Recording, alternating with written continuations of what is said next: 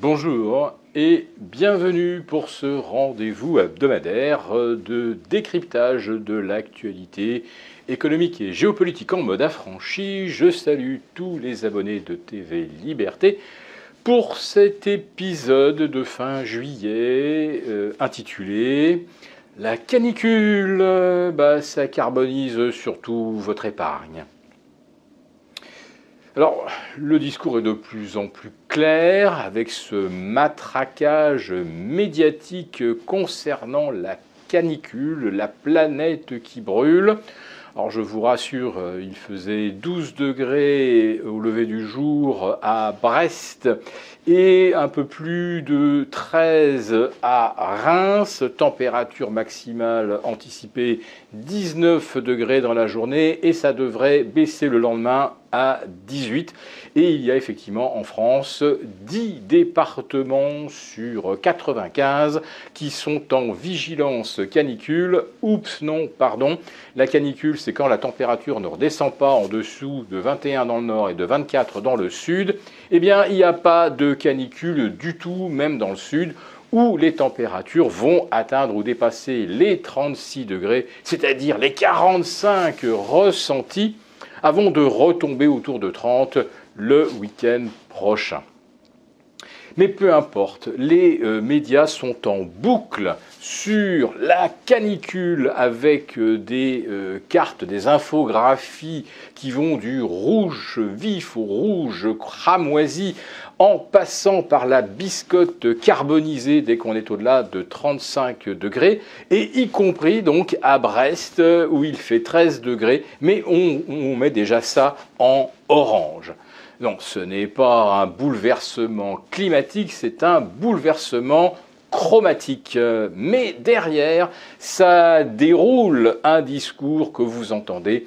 Oui, vraiment, si on ne fait rien, la planète sera inhabitable d'ici 20 ans. Il est urgent de décarboner et pour que cette ambition puisse se matérialiser, il devient surtout urgent de taxer, surtaxer, mettre à l'amende tout ce qui émet du carbone.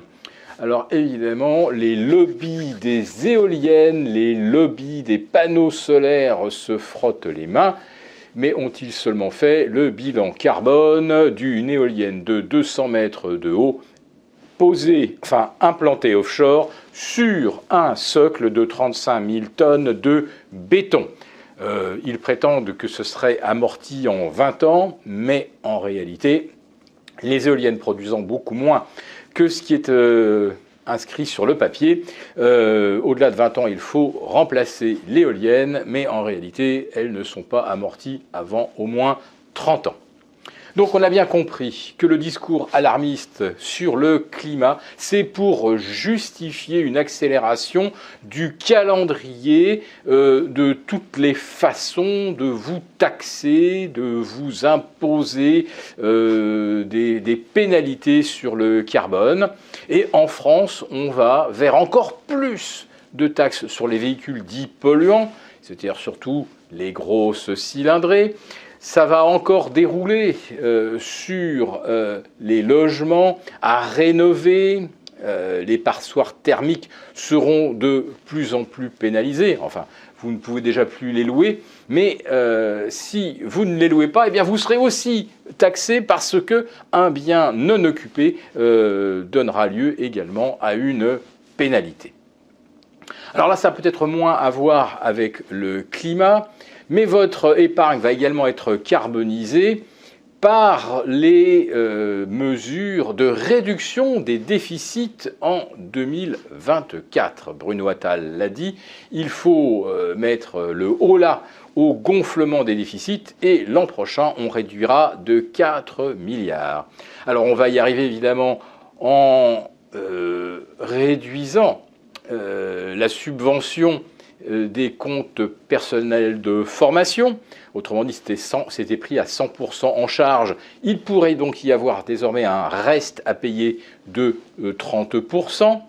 Il va y avoir certainement encore des mauvais coups infligés aux chômeurs, ou en tout cas on rendra l'accès au chômage encore plus difficile.